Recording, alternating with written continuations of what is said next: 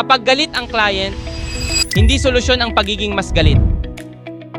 May mga client na papasok pa lang, mainit na agad ang ulo, maingay, mabilis magsalita, minsan bastos pa. Pero tandaan mo na galit sila sa sitwasyon, hindi sa'yo. So ito ang gagawin mo. Step 1. Pause. Don't fight back. Kapag pinatulan mo ang galit nila, lalo lang magiging worse.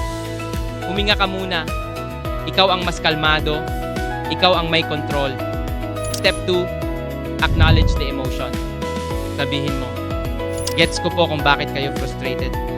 Hindi ibig sabihin na mali ka, ibig sabihin nakikinig ka. Step 3. Ask one calm question. Hingan ko lang po ng konting details para maayos natin ito. Ang galit, nawawala yan kapag may direksyon ng usapan. Step 4. Speak slower and lower. Kapag mabagal ka magsalita, napipilitan silang magsalita ng mabagal din. Emotion follows tone. Step 5. Offer the next step.